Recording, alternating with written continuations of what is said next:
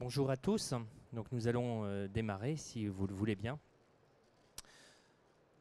Donc nous sommes là pour parler des biodéchets, des déchets en restauration et notamment en restauration collective. Donc je vous présente Olivier Robin qui est président de Meiko France qui va m'accompagner dans cette présentation. Et puis moi-même je suis Sylvain Zercher, je suis le président de l'Union des ingénieurs hospitaliers en restauration, l'UDIR. Et je suis ingénieur restauration au groupe hospitalier de La Rochelle Réaunis. Voilà. Donc nous allons vous faire une petite présentation. Le but c'est que ce soit le plus interactif possible. Donc on aura un temps d'échange sur la fin de toute façon où vous pourrez poser vos questions. Mais en cours de présentation, bien évidemment, si vous avez des questions qui viennent, vous n'hésitez pas à nous interrompre. On adaptera le contenu en fonction de vos questions. Voilà.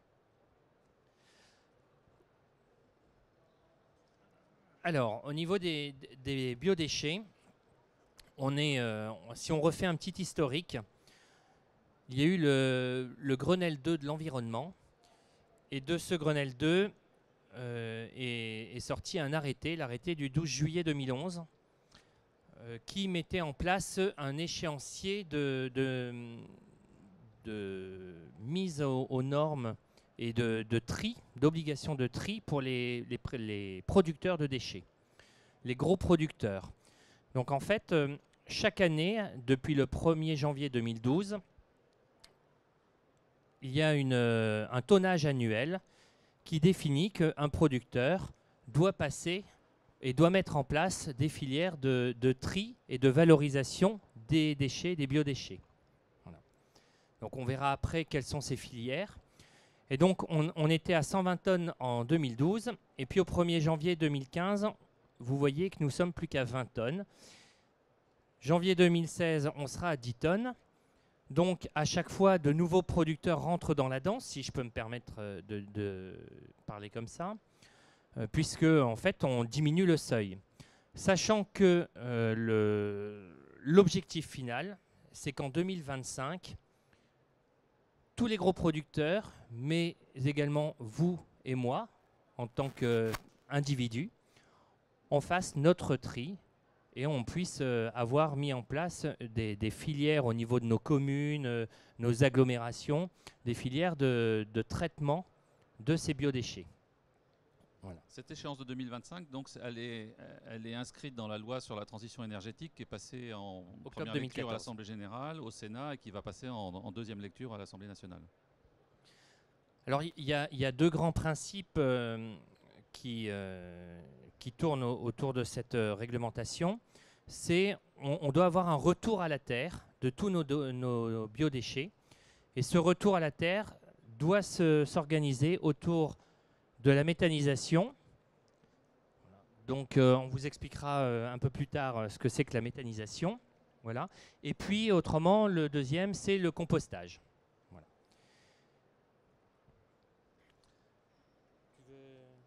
Non, juste pour dire que là, maintenant, des tonnes, ça ne veut pas dire forcément grand-chose pour un restaurateur, voire même dans le secteur de la santé pour un responsable de restauration en hospitalier. Donc on a traduit à travers des seuils, enfin pas des seuils, pardon, à travers des grammages par repas qui sont issus eux-mêmes d'une étude qui avait été faite par les organisations professionnelles.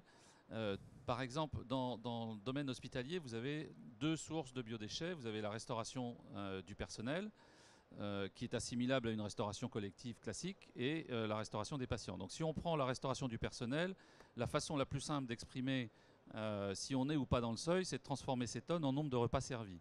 Donc grosso modo, sur les deux types de formules de restauration, qui sont les cuisines centrales ou la restauration du personnel sur site, si on se trouve dans un secteur santé, c'est donc des cuisines qui fonctionnent 365 jours par an. Et vous avez ici le nombre de repas servis par jour correspondant à ces fameux seuils. Ça veut dire qu'en janvier 2015 à aujourd'hui, une cuisine centrale qui fait 5000 repas jour est concernée par la réglementation. Ça sera 2500 repas jour à partir de janvier 2016. Sur une restauration du personnel, tout établissement hospitalier qui restaure plus de 400 personnes par jour, qui sert plus de 400 repas par jour, il est dans le seuil au 1er janvier 2015. En fait, donc pour faire ces traductions, on a un certain nombre d'établissements, de membres de l'UDIR d'ailleurs, qui ont fait des campagnes de pesée, aussi bien en retour de sève du personnel qu'en fin de production dans les cuisines centrales, et puis dans de retour des plateaux des patients en fait. Hein. Alors pour la partie patient, là il est plus pertinent de ne pas raisonner forcément en nombre de repas jour, parce que ça ne veut pas dire grand-chose, sachant que dans un établissement hospitalier, pour les patients, il y a 4 repas par jour, petit déjeuner, déjeuner, goûter, dîner. Donc il est plus pertinent de l'exprimer en nombre de lits, puisqu'en général la production de repas, elle est fonction du nombre de lits. Donc là, même chose, sauf que c'est nombre de lits. Si on est sur des établissements d'EHPAD, de long séjour ou de maisons de retraite, on a des grammages qui sont de l'ordre de, par jour et par lit, 280 grammes, si ma mémoire est bonne. Et donc ça fait une maison de retraite en janvier 2016 de 115 lits. Voilà, donc ça veut dire que globalement, la quasi-totalité des maisons de retraite en France vont être concernées. Et si on est sur du MCO, médecine, chirurgie, obstétrique, donc un établissement qui ne fait que ça, ce qui est quand même pas très courant, mais voilà, on tombe à 55 lits parce qu'on est sur des grammages assez importants, de l'ordre de 550 grammes, 500 à 550 grammes par jour et par lit. Voilà. Et sur un établissement, là c'est le profil assez récurrent dans le paysage hospitalier français, 75% de lits en MCO, 25% de lits en long séjour. Eh ben, on s'aperçoit qu'un établissement qui est à 125 lits au total sur ces deux activités est concerné aujourd'hui par la réglementation, et ça sera 60 lits en janvier 2016. Donc là aussi, on peut considérer que la quasi-totalité du panorama hospitalier est concernée par cette réglementation. Alors il y a des établissements qui sont déjà bien avancés, hein, qui sont rentrés dans la démarche. Il y en a d'autres où on a quelques années de retard. Voilà. Ce qu'il faut savoir, c'est qu'on on peut être pénalement responsable. Ça peut coûter 75 000 € d'amende. Et puis un petit séjour en prison aussi, je crois. Alors c'est une responsabilité pénale pour le responsable d'établissement, voilà, qui est effectivement jusqu'à 2 ans de prison. Alors la réglementation s'est mise en place quand même assez vite, donc je pense qu'aujourd'hui on n'est pas dans une position, enfin en tout cas les autorités administratives ne sont pas dans des positions de mener le bâton pour obliger les producteurs à mettre en place des situations qui sont particulièrement complexes dans le domaine hospitalier, puisqu'on a vu qu'il y a la restauration des patients qui fait appel à des process différents de la restauration du personnel, et donc c'est un peu plus compliqué pour l'hospitalier. Dans le monde hospitalier, c'est très facile en fait de mettre en place un tri des déchets au niveau de la restauration du personnel et puis au sein même de la cuisine centrale. C'est beaucoup plus complexe de faire le tri au niveau des services de soins, voilà, et après de tout récupérer et faire évacuer ça. Voilà. Donc c'est vrai que pour l'instant, l'administration n'est pas encore trop regardant. Voilà. L'administration, elle est plus regardante sur les aspects sanitaires aujourd'hui, à savoir que tous ces textes-là sont sortis des Grenelles, les Grenelles de l'environnement. Donc ça veut dire que le ministère de l'Environnement est à l'origine de toutes ces réglementations. Pour autant, la réglementation sanitaire qui se raccroche aux déchets reste valable. Or, quand on a fait toutes ces parutions et toutes ces parutions au journal officiel de ces nouvelles réglementations, on n'a pas rappelé la réglementation sanitaire concernant les biodéchets. Ce qui fait que c'est des notions qui sont tout à fait essentielles et qu'il est important de maîtriser. Donc, le DCT, c'est ce qu'on appelle le déchet de cuisine étable, c'est la terminologie officielle qui qualifie le biodéchet issu de la restauration. Un déchet de cuisine étable, c'est un sous-produit animal de catégorie 3. Il y a, on va voir après comment ça s'explique, mais voilà, ce qui est important, c'est de considérer que le producteur, donc le responsable de restauration d'un hôpital, est responsable de la gestion des biodéchets jusqu'à ce que biodéchets retourne à la terre, jusqu'à la fin de son traitement. C'est pas parce que vous le confiez à un prestataire externe, fut-il agréé, même s'il vous fournit tous les documents de traçabilité, etc. S'il y a un incident sanitaire au-delà de votre établissement, dans la filière en aval, la première personne qu'on va chercher en responsabilité, ça va être effectivement le producteur.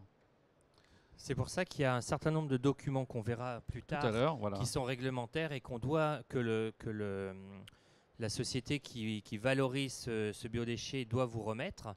Et ces documents-là, il faut vraiment après les archiver déjà pendant 3 ans et puis déjà sur le moment en prendre connaissance et vérifier que tout se passe conformément à la réglementation. Parce que c'est vrai que vous êtes tout le temps responsable de ce déchet. Absolument. Alors comme vous n'êtes pas des juristes, et puis notre métier dans la restauration, c'est quand même d'abord de faire des repas de qualité, il nous a paru intéressant, en l'absence de livres ou de documents de référence aujourd'hui qui récapitulent ces deux réglementations, on a fait un livre blanc qu'on a sorti donc cette année en 2015, qui reprend toute cette information réglementaire et qui va au-delà, on va le voir, sur des solutions éventuelles que vous pouvez trouver sur le marché.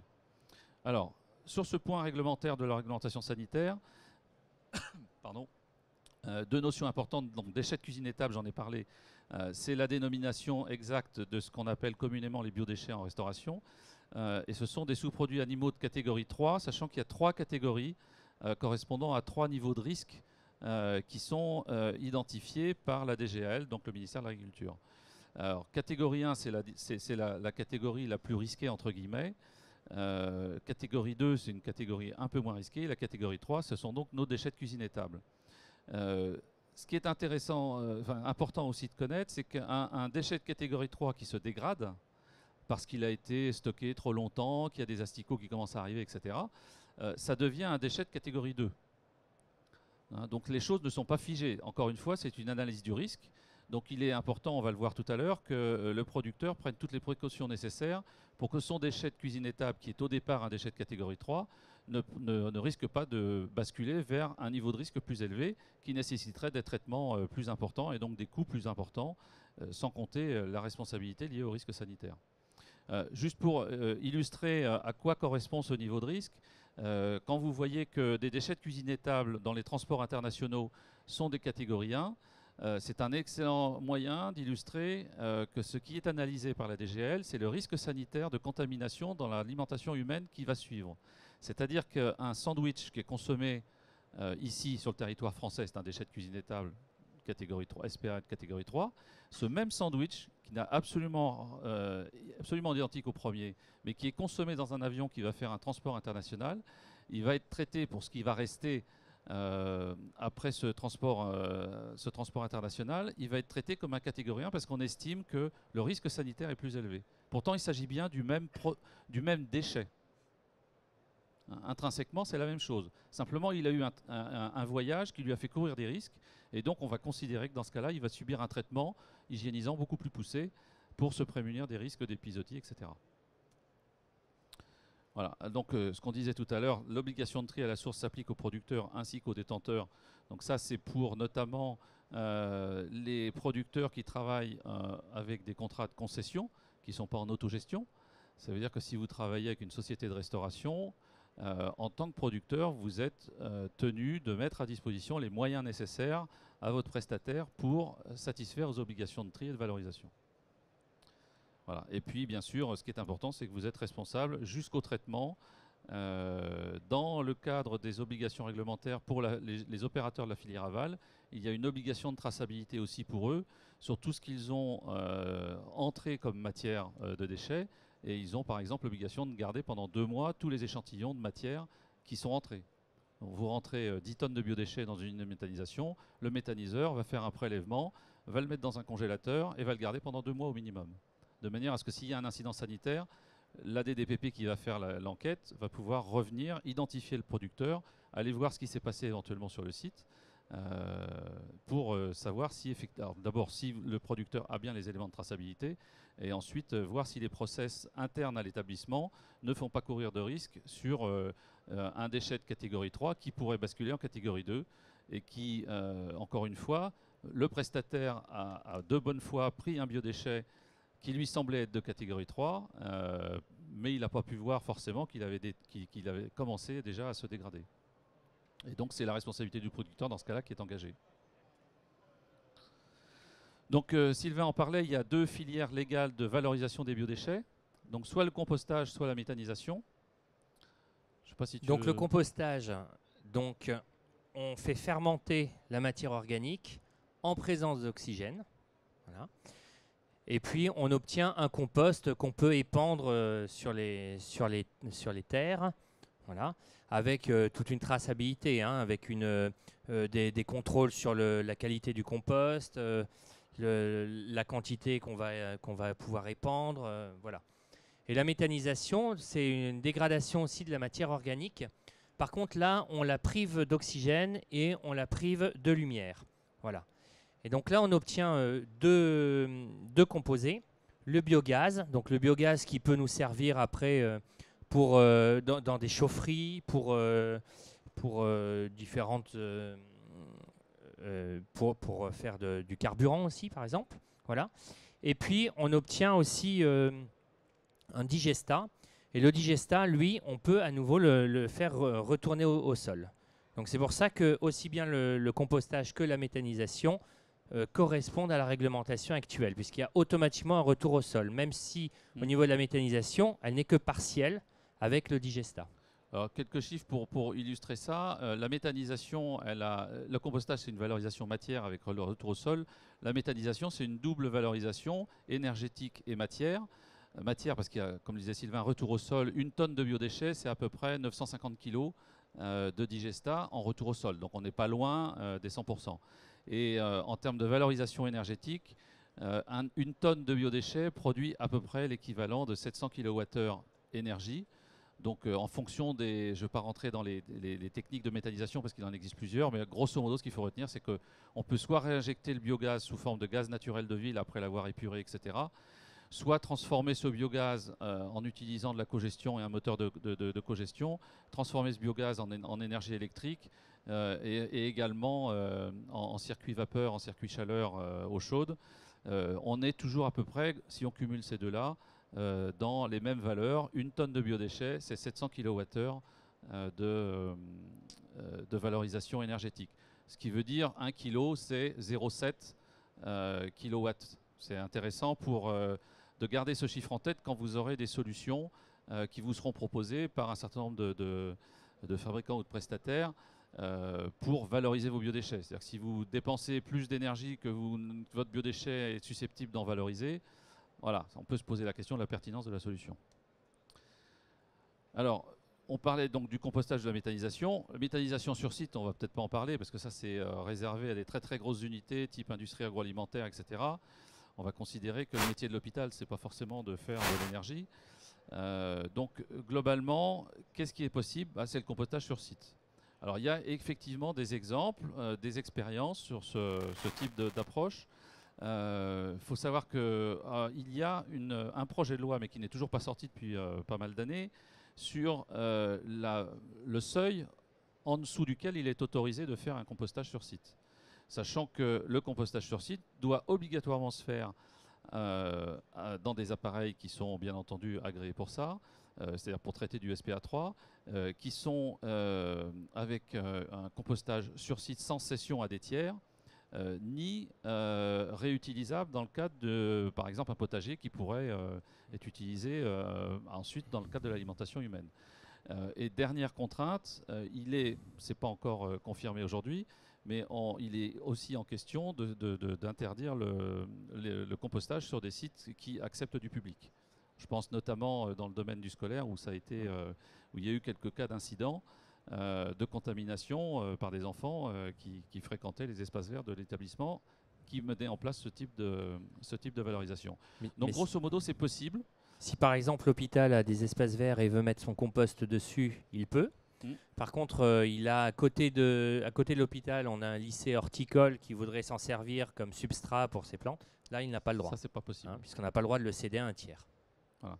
Alors, à côté de ça, en termes de fonctionnement, il faut aussi prendre en compte les contraintes que ça va occasionner, c'est-à-dire qu'il faudra du personnel dédié, du personnel formé qui va régulièrement... Un composteur, ça ne fonctionne pas tout seul, donc il faut régulièrement s'en occuper. Donc c'est aussi rentrer dans un métier, c'est intégrer un métier un peu différent. Et puis ce que vous voyez en rouge, c'est l'insécurité juridique liée à ce fameux seuil et aux autorisations qui aujourd'hui ne sont pas encore clarifiées par le législateur. Donc si on ne fait pas de compostage sur site, qu'est-ce qui reste comme solution? De passer par des prestataires. Donc quelles sont les solutions quand on passe par un prestataire? Quelles solutions peut-on avoir en termes de gestion des biodéchets sur son propre site? Parce que si un prestataire va s'occuper de collecter et de valoriser, ça c'est la filière aval, vous avez à vous poser la question de comment je vais fournir ces biodéchets à mon prestataire. Bon, il y a une solution assez simple, qui est accessible facilement en tout cas, c'est de rajouter un bac parmi tous les bacs qui existent dans votre établissement.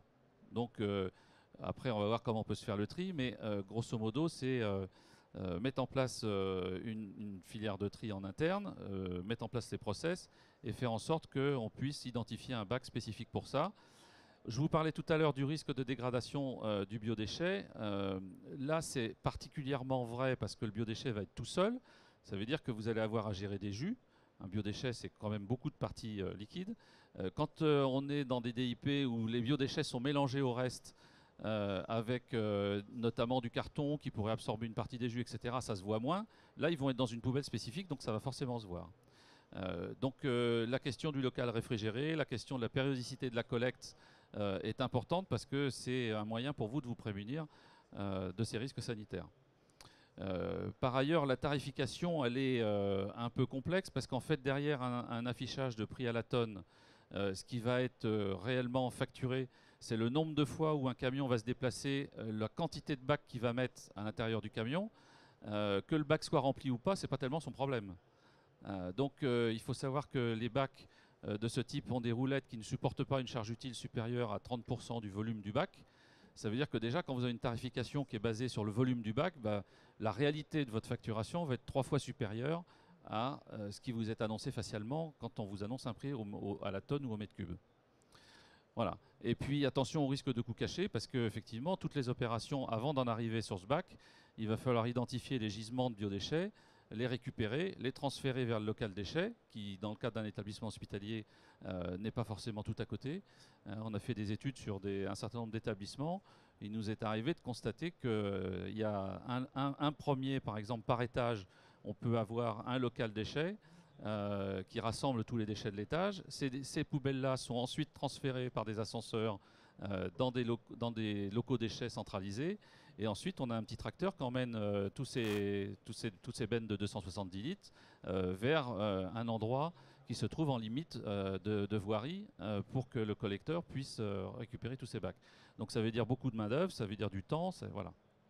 Donc c'est ce qu'on appelle des coûts cachés.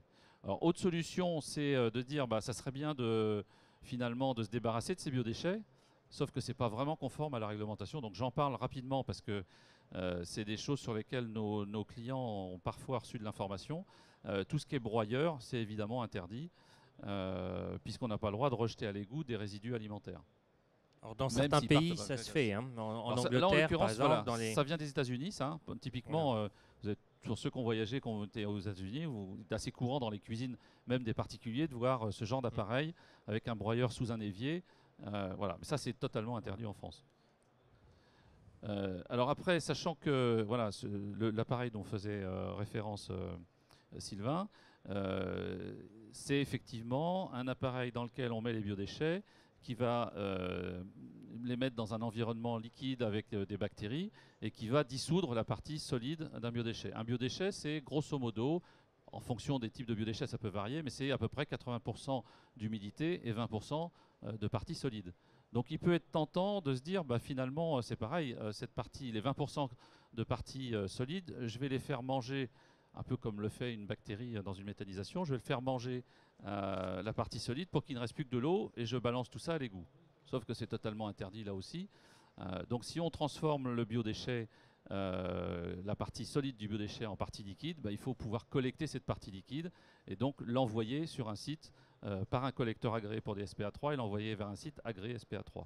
C'est considéré comme une pollution hein, si on rejette dans les eaux usées en France. Hein. Donc même si ça passe par un bac à graisse. Parce que là, en l'occurrence, on parle de SPA3, encore une fois, c'est une réglementation bien spécifique dans laquelle il y a des contaminations identifiées.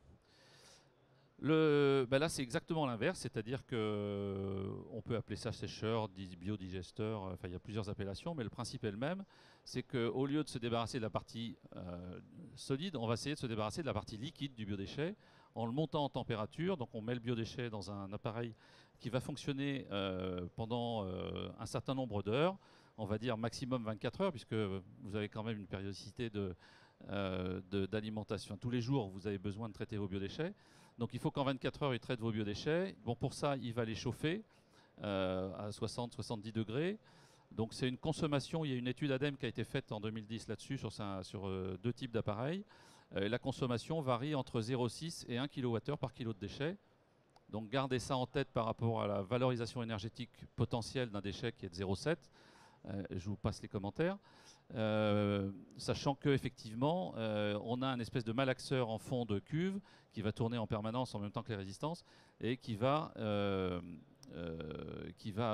réduire, on va dire, ou broyer, c'est pas exactement le terme parce que c'est pas des broyeurs, mais réduire la quantité de biodéchets. Et au global, ce qui est intéressant, c'est qu'on a une réduction de volume qui avoisine les 80%.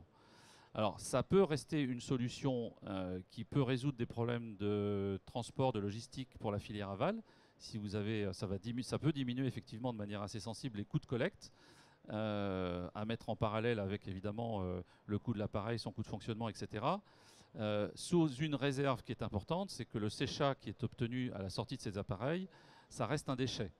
Et là, j'insiste bien parce qu'en fonction des fabricants, il y a des discours commerciaux qui sont un peu borderline à travers des jolies images où on voit un petit bout de terre à la sortie de l'appareil et puis une petite fleur bleue, une petite fleur verte, pardon, qui sort, laissant imaginer que c'est du terreau ou un amendement organique. Ça ne l'est pas, clairement. Hein, donc là-dessus, là aussi, il y a des textes de l'ADEME. Donc dans le livre blanc, toutes ces références officielles à des textes officiels qui expliquent bien clairement que le séchat est un déchet sont mentionnées. Vous pouvez aller sur Internet, sur le site de l'ADEME, ils sont téléchargeables. Donc en l'état, hein, on n'a pas le droit de les pendre. Donc il y a à nouveau un traitement, donc il y a une reprise par un prestataire. Voilà.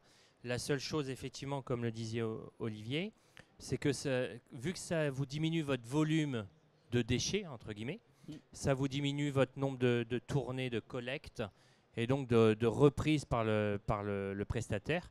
Donc s'il vient moins souvent, bien sûr, il vous facture moins souvent. Donc ça peut être une source d'économie parce qu'on réduit le volume. Et à la condition, de trouver le collecteur qui prenne ce type de biodéchet, puisqu'il est très sec pour le coup. Hein, donc il faut avoir un outil de valorisation derrière qui accepte un déchet très sec. Et sous réserve aussi, pour que vous en tiriez bénéfice au niveau de la périodicité de la collecte, que vous puissiez le stocker dans un endroit extrêmement sec, parce que dès qu'il est humide, il va se redégrader. C'est-à-dire qu'on va avoir de nouveau un développement microbien. Donc là, à l'inverse du déchet en vrac dans une poubelle où il faut être plutôt dans un local réfrigéré, à basse température, là, il faut plutôt être dans un local sec où on est sûr qu'il n'y aura pas de risque ni d'humidité ambiante, ni d'éclaboussure, etc. Parce que sinon, à votre insu, et j'insiste bien sur à votre insu, parce que vous n'allez pas avoir quelqu'un qui va surveiller les déchets toutes les minutes, vous pouvez avoir une dégradation de la matière. Bon, l'écodigesteur, c'est une variante du sécheur dans laquelle il y a une réduction un peu plus importante parce qu'on y a intégré des bactéries, mais le principe est le même. La poudre qu'on obtient à la fin reste un déchet aussi, et le traitement à apporter à cette poudre reste le même. Après, il y a une autre technique qui consiste à séparer la partie liquide de la partie solide. Donc on ne l'élimine pas, on la sépare à travers des processus soit de centrifugation, soit de passage dans les tamifiltres. Ce type d'appareil est interdit en Belgique à partir du 1er janvier 2016. Pour l'instant, il reste un point d'interrogation en France, sachant que là aussi, normalement, la partie liquide qui est séparée de la partie solide ne peut pas passer à travers un bac à graisse ou à l'égout. J'avoue que je suis un petit peu mal à l'aise sur ce type de produit parce que jusqu'à il y a peu de temps, c'était assez couramment utilisé dans toutes les formes de restauration. Il est vrai que la réglementation sur les biodéchets met la loupe sur des pratiques qui aujourd'hui sont interdites. Donc voilà, Sylvain en parlera peut-être tout à l'heure à la fin, il y a un besoin de clarification là-dessus. Nous, personnellement, chez MECO, on a décidé de supprimer ce type de produit de notre catalogue pour la France parce qu'effectivement, ça ne correspond pas à la réglementation telle qu'elle est aujourd'hui. Et la dernière possibilité pour vous aider à gérer vos biodéchets sur le site, c'est le système, ce qu'on appelle biotank, de manière générique. En fait, ça consiste à positionner des collecteurs directement sur les lieux de production et de les transférer, après les avoir broyés, vers une cuve et de les stocker dans cette cuve. Donc là, l'intérêt de l'opération, c'est on réduit les volumes de déchets de 30 à 40%. Mais surtout, vous avez compris que finalement, quand on va s'intéresser au coût caché, l'objectif pour vous d'acquérir un matériel, c'est de faire en sorte que la gestion de vos biodéchets devienne plus économique. Si vous faites toutes les opérations manuelles, vous avez un premier coût caché qui sont les coûts de main-d'œuvre.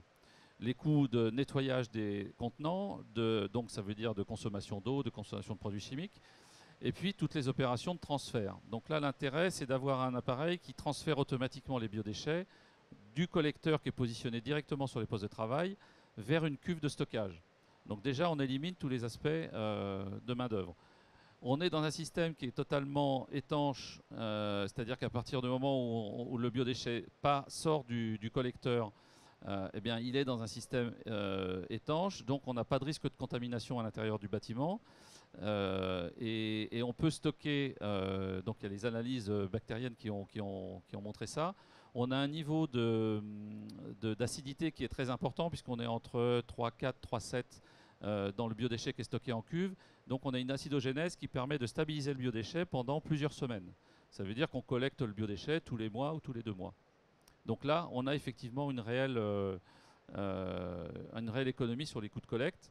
Il y a aussi une transparence des coûts parce que quand le collecteur va venir, pour le coup, il ne va pas venir avec un camion plateforme, mais avec un camion citerne qui va venir pomper la citerne. Et donc, il sait exactement la quantité de biodéchets qu'il emmène. Donc, quand on vous annonce un prix à la tonne, ce sera réellement le prix à la tonne collecté. Voilà. Donc les solutions méco, quand on analyse, vous avez compris, quand on analyse la gestion des biodéchets sur site, l'objectif c'est d'essayer d'identifier quelles sont les étapes.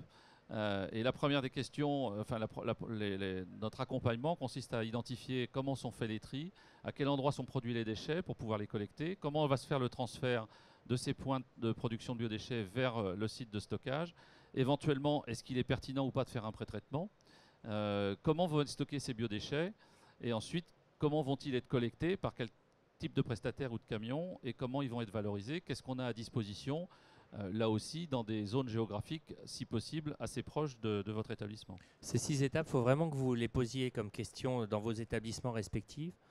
C'est vrai que la source, les gisements de déchets, on ne les connaît pas forcément tous, ou on n'y pense pas forcément. Mais ces gisements sont vraiment le point de départ, parce que s'ils sont vraiment éclatés, ça vous fait des coûts de collecte qui sont énormes, ne serait-ce que pour les mettre, pour ramener ces déchets sur un point centralisateur. Voilà. Et donc puis après, effectivement, il faut vraiment tout détailler, toutes les étapes, et mettre tous les coûts en face. La vertu de cette démarche-là, c'est qu'elle vous permettra d'identifier, comme le dit Sylvain, des choses auxquelles on ne pense pas forcément, et ça vous permet effectivement de définir finalement votre besoin et de savoir si vous avez réellement besoin d'un équipement ou pas, et comment vous pouvez le rentabiliser. Donc les systèmes, on va du plus gros au plus petit. On a démarré en janvier 2016 avec des seuils à 120 tonnes, donc bien entendu on a commencé à intégrer nos gros systèmes chez nos clients. Et aujourd'hui, où les seuils sont beaucoup plus bas, ces dispositifs sont beaucoup trop onéreux et trop complexes pour des plus petits établissements. Et donc, on a des solutions beaucoup plus compactes et plus faciles à mettre en œuvre. Puis c'est des solutions qu'on peut adapter sur des établissements qui sont en hauteur, donc en verticalité, qui sont pavillonnaires. Comme maintenant, il y a effectivement des cuves qui sont très petites, on peut aussi les mettre en EHPAD. Hein. C'est vrai qu'au départ, c'était surtout les CHU et les CH. Donc voilà, il y a une grande diversité. Il faut, quand vous commencez à réfléchir aux différents process à utiliser, ne faut pas vous fermer les portes, quoi, parce qu'effectivement, il y a toujours la solution technique, quel que soit le fabricant. Voilà. Hein. Donc ce qui est important, c'est qu'avec cette technologie de biotank, en fait, vous avez un transfert automatisé, des process automatisés à l'intérieur de votre site. C'est la valeur ajoutée principale. Et derrière, la possibilité de faire des économies importantes sur les coûts de collecte. Juste deux chiffres pour que vous compreniez un peu les enjeux. Sur je ne sais pas si la question aurait surgi, mais quel est le coût de traitement d'un biodéchet? Je ne sais pas si... Alors aujourd'hui, les chiffres que je vais vous annoncer, il faut les prendre avec des pincettes parce qu'on est au démarrage des filières. Donc forcément, les coûts sont encore relativement élevés. Nous, on a un client qui s'est équipé il y a 3 ans de notre système. C'était 350 € la tonne. Il a lancé un nouvel appel d'offres. Il est aujourd'hui à 250 € la tonne. Donc vous voyez qu'il y a des marges de progression importantes. Et il y en aura encore dans les années à venir au fur et à mesure que les sites de valorisation vont se rapprocher des producteurs et que les collecteurs vont avoir des quantités plus importantes à collecter. Mais sur un exemple de 250 € la tonne, le coût de la valorisation, en méthanisation par exemple, c'est de l'ordre de 30 € la tonne. Donc ça veut dire que les 210 € qui coûtent derrière, c'est le déplacement du camion. Donc ce qui coûte cher à votre prestataire, ce n'est pas la quantité de déchets qu'il va emmener dans une usine de valorisation. Donc réduire le volume de biodéchets, oui, quand on peut le faire, c'est bien. D'ailleurs, il faut commencer à travailler sur le gaspillage alimentaire pour ça. Mais on peut, à travers des dispositifs TIC, réduire le volume de biodéchets, mais ce n'est pas ça qui va vous apporter une économie majeure. Ce qui va vous apporter une économie majeure, c'est l'espacement des collectes. Voilà. Parce que dans les 250 € la tonne, vous avez 210 pour le déplacement du camion.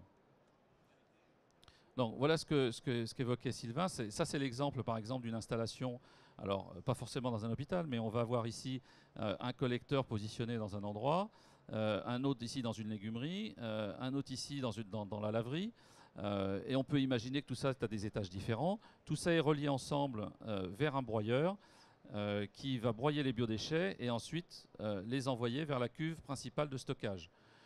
Ces dispositifs techniques-là peuvent se situer dans un local à déchets d'environ 10-15 mètres carrés, comme ils peuvent être séparés. À partir de cette étape-là, vous avez des vannes à coulisses qui vous rendent le système totalement étanche. Donc par aspiration, sans consommation d'eau supplémentaire, juste par aspiration, c'est pour ça qu'on a une pompe à vide qui se trouve ici, on va déclencher le transfert du biodéchet automatiquement vers ce broyeur. L'avantage sur les gros systèmes, c'est qu'on est sur une technologie élaborée, donc on peut aller aussi y raccorder un bac à graisse pour diminuer les coûts d'entretien des bacs à graisse. Et enfin, on a, je vous disais, une gamme de produits aujourd'hui qui couvre à peu près tous les besoins en termes de volume pour les producteurs français. Donc on a ce qu'on appelle le système flexible, où là je dirais on n'est pas limité ni en nombre de collecteurs, ni en termes de distance. On a équipé par exemple le site des Jeux Olympiques à Londres, il y a 400 mètres de distance entre le collecteur et la citerne. Voilà. Donc sur des établissements hospitaliers qui sont quand même des petites villes dans la ville, ça peut être des solutions intéressantes. Après, on a des solutions un peu moins onéreuses, mais avec évidemment des contraintes, c'est-à-dire qu'on ne pourra pas dépasser 150 mètres de distance. Et puis, on a, je vais passer ça parce qu'on en a parlé, voilà, ça c'est un rappel, mais vous, encore une fois, vous avez tout ça dans le livre blanc, un rappel des différentes sources de leviers économiques. Voilà. Et puis, dernière offre qu'on a sortie cette année sur les petits systèmes, c'est pour les établissements qui n'ont pas les ressources en interne pour identifier ou les prestataires ou les sites de valorisation. On a une offre forfaitée avec des contrats qui incluent la fourniture du matériel, sa mise à disposition, son installation, sa maintenance, la collecte. On a des partenaires pour la collecte et la valorisation. Le tout sur des contrats qui peuvent être sur des durées différentes. Voilà, ça peut être une solution intéressante pour les établissements qui, encore une fois, n'ont pas la possibilité de prendre une réflexion en charge complète. Voilà. Donc, par rapport à tout ce qu'on vient de dire, à la gestion des biodéchets, c'est vrai que la première chose quand même à faire, tu l'as un petit peu évoqué rapidement, mais c'est de travailler sur tout ce qui est gaspillage. Hein, je sais pas si vous avez retenu un chiffre qu'Olivier a donné au début, dans les grammages qu'on récupérait de biodéchets, notamment en MCO, on est à 500 grammes par plateau, par repas, par lit par jour. Par repas et par patient, quoi. Et 500 grammes, c'est énorme. Donc, avant de traiter ces biodéchets, traitons déjà l'offre alimentaire pour qu'ils correspondent au plus juste, qu'elle corresponde au plus juste à ce que nécessite la pathologie du patient. Et comme ça, on va de ce fait réduire déjà les biodéchets résiduels. C'est tellement vrai qu'on a une expérience, nous, depuis qu'on a équipé un certain nombre de nos clients de nos dispositifs. Et on sait aujourd'hui que, par exemple, quand on a une cuve, certains de nos clients sont passés d'une collecte de 15 jours à une collecte d'un mois et demi. Parce que pour le même volume de cuve, en fait, ils ont réduit leur volume de production de biodéchets par information auprès des convives, par une meilleure gestion en approvisionnement, par une meilleure adéquation entre le repas servi et le patient, par exemple. Donc c'est tellement vrai qu'on a un diagnostic, on fournit la possibilité de faire un diagnostic gaspillage alimentaire pour que on vous aide en fait, à identifier les pistes qui vous permettent de réduire vos volumes de biodéchets. Voilà. Et puis après, dans la mentalité, il faut se dire que un biodéchet, en fait, on est en économie circulaire. Ce qu'il faut essayer de faire, c'est que le retour à la terre, c'est un peu l'image du cerisier, où vous avez en été vos belles cerises, votre cerisier a fait des belles fleurs, des feuilles, puis à un moment donné, tout ça retombe au niveau du sol. Et puis, nous, ce qu'on considérait comme déchets, la nature, elle elle la reprend et puis ça redonne un substrat pour que le cerisier reparte l'année suivante à nouveau en fleurs et en fruits, quoi. Bah là, c'est exactement la même chose. Le retour à la terre via la méthanisation ou le compostage, c'est exactement pour rendre au sol ce qu'on lui a pris à un moment donné, quoi. Voilà.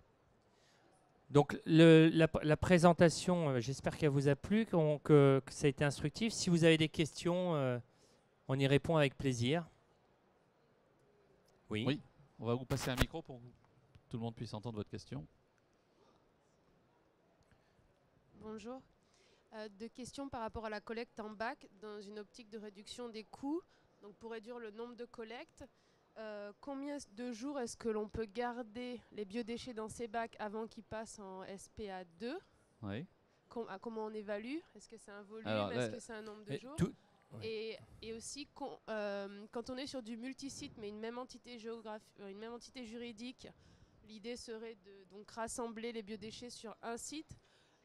Qu'est-ce qu'on est autorisé quel tonnage on est autorisé à transporter nous-mêmes avec nos propres moyens entre les sites? Est-ce qu'il y a des autorisations particulières? Alors, si vous allez sur la voirie publique, il vous faut une autorisation de transport sur des SPA3. Tout à l'heure, on a parlé de l'agrément, qui est important dans les prestataires, quand vous allez choisir les prestataires. On n'a pas approfondi ce sujet, mais il est essentiel. C'est pour être sûr que votre responsabilité ne soit pas engagée dans une filière qui n'est pas franchement conforme, ou de ne pas savoir trop ce qui est fait de votre biodéchet. Vous devez avoir un document, c'est une obligation sur la traçabilité des déchets en général, et du biodéchet en particulier, c'est ce qu'on appelle le document d'accompagnement commercial. Ce document d'accompagnement commercial doit comporter le numéro d'agrément et l'identification du collecteur, le numéro d'agrément et l'identification de là où va aller votre biodéchet pour être valorisé, en compostage ou en méthanisation. Et ce site, quand il reçoit votre biodéchet, doit le signer, mettre la quantité de biodéchets qu'il a reçu, en tonnage ou en mètre cube, et ce document doit vous être renvoyé ensuite. C'est-à-dire que de cette façon-là, vous êtes à même d'exiger de votre prestataire d'avoir une vraie traçabilité. On ne peut pas vous dire oh, vous inquiétez pas, ça va partir en méthanisation à 20 km de chez vous. Quand vous recevez le DAC, vous apercevez en fait que ça part beaucoup plus loin et pour faire autre chose. Mais ça veut dire vous êtes on n'a pas le droit de transporter donc ça veut dire, pour répondre à votre question, que sur la voie publique. si vous n'avez pas cet agrément, donc à la clé il y a des contraintes de nettoyage des camions, machin, etc. Vous ne pouvez pas le faire. Mais de toute façon, analysez vos coûts, mais ce n'est pas forcément judicieux pour vous et économique de tout centraliser alors que vous êtes sur des sites éclatés, hein. Le prestataire peut très bien le récupérer en faisant la tournée de vos sites et ça ne vous coûtera pas forcément plus cher, hein. Mais ça peut aussi être intéressant, nous, d'emmener nos biodéchets sur une plateforme de compostage qui est à proximité. Oui, mais à condition que vous ayez les agréments, les autorisations. Dans l'absolu, vous pouvez tout faire, hein. On a vu, il y a du compostage sur site. Il y a de l'industrie agroalimentaire qui a des usines de méthanisation pour leurs propres besoins. Donc dans l'absolu, rien n'est interdit. Simplement, il y a des contraintes réglementaires associées à tout ça. Et l'expérience montre que dans un hôpital, vous avez plein de métiers à gérer, à tel point qu'il y en a qui font pas de l'autogestion en restauration. Ça, c'est un autre sujet. Donc, c'est moi. Et combien de jours est-ce qu'on peut les stocker dans les bacs? Alors par rapport aux jours, si c'est des bacs à déchets traditionnels, tout dépend des conditions de stockage. Si vous les avez dans un local réfrigéré, ils vont tenir plus longtemps. Après, si vos bacs sont plus ou moins remplis, il y a un effet d'écrasement, donc la décomposition va être accélérée. Tout dépend vraiment de la condition. Donc c'est à nous de juger de l'état de décomposition de nos tout déchets. À fait. Il faut en théorie, il faudrait les surveiller, quoi. Il faut savoir qu'il n'y a pas dans les textes réglementaires aujourd'hui d'indications précises. Il n'y a pas d'obligation de local réfrigéré. Il n'y a pas d'obligation de fréquence de collecte. La responsabilité du producteur est une responsabilité de résultat et pas de moyens. Donc c'est essentiel de comprendre ça dans le cadre de vos responsabilités sanitaires. Ça veut dire que dans la pratique, on sait qu'une collecte tous les 2 jours quotidienne, quand ce n'est pas réfrigéré, quand c'est réfrigéré, 2-3 jours, ça peut tenir. Au-delà, vous prenez un vrai risque. D'accord. Merci beaucoup. Je vous en prie. D'autres questions? Alors moi, j'en ai une parce qu'on a vu tout à l'heure qu'il y avait des solutions donc, pour réduire le volume de déchets. Le volume de déchets qui est donné dans les seuils là, depuis 2012 à 2016, on le calcule à partir de quel moment? Est-ce que c'est une fois que j'ai réduit par un sécheur, par exemple, j'ai réduit mon volume, ou est-ce que c'est en amont? Alors la réponse là est claire, c'est en amont. Parce que si vous avez un contrôle des autorités administratives ou sanitaires là-dessus, qu'est-ce qu'ils vont faire si vous n'êtes pas capable de prouver le volume de biodéchets que vous avez en production?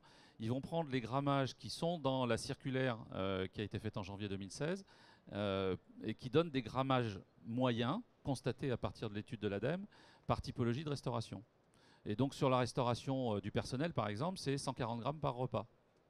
En cuisine centrale, c'est 11 grammes par repas. Donc ils vont prendre le nombre de repas que vous servez, appliquer ça, et ils vont vous dire, bah, vous êtes dans les seuils ou vous n'y êtes pas.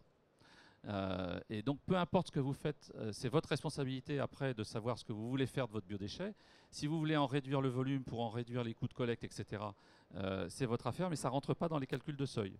Sachant que vous avez compris que de toute façon, à partir du moment où vous commencez à travailler la forme de votre biodéchet, ça ne change rien au niveau des effets de seuil et ça ne change rien dans l'obligation de collecte, puisque en fait, un sous-produit animal de catégorie 3, si vous séparez la partie liquide et la partie solide, par exemple, vous allez avoir des dérivés de sous-produits animaux qui ont les mêmes obligations réglementaires que le sous-produit animal d'origine.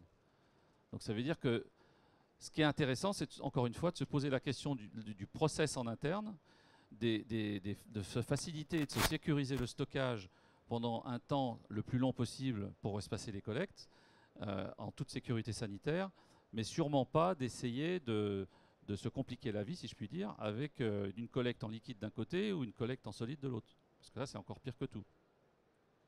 Alors, ce qu'il faut savoir, c'est qu'il y a encore quand même beaucoup de flou par rapport à toute la réglementation, les mises en place et puis les solutions alternatives. Donc, ce qu'il faut savoir, c'est qu'il y a un groupe de travail avec le GECO et puis l'ADEME à la demande des ministères pour essayer de faire acter et préciser un certain nombre de points qui sont encore nébuleux sur la réglementation et d'obtenir la rédaction d'un guide en fait sur l'année 2016 normalement si tout se passe bien. Alors voilà, pour le temps que ça passe toutes les arcanes administratives et au journal officiel, ça va prendre un petit peu de temps. On croise les doigts pour qu'en 2016 ça sorte. Voilà. C'est la raison pour laquelle on a sorti ce livre blanc, parce que sur le flou, sur les flous réglementaires, j'apporterai un bémol, parce que en fait la difficulté c'est que ça fait appel à deux domaines de compétences, qui est une compétence environnementale et une compétence sanitaire. Donc effectivement, l'intérêt de ce guide des bonnes pratiques qui sortira, c'est qu'il sera la résultante de ces deux compétences et rassembler les deux règlements. Voilà. Je vous remercie beaucoup. Merci. Et si vous le souhaitez, vous avez un certain nombre d'exemplaires à votre disposition, sachant que le livre blanc est également téléchargeable sur Internet.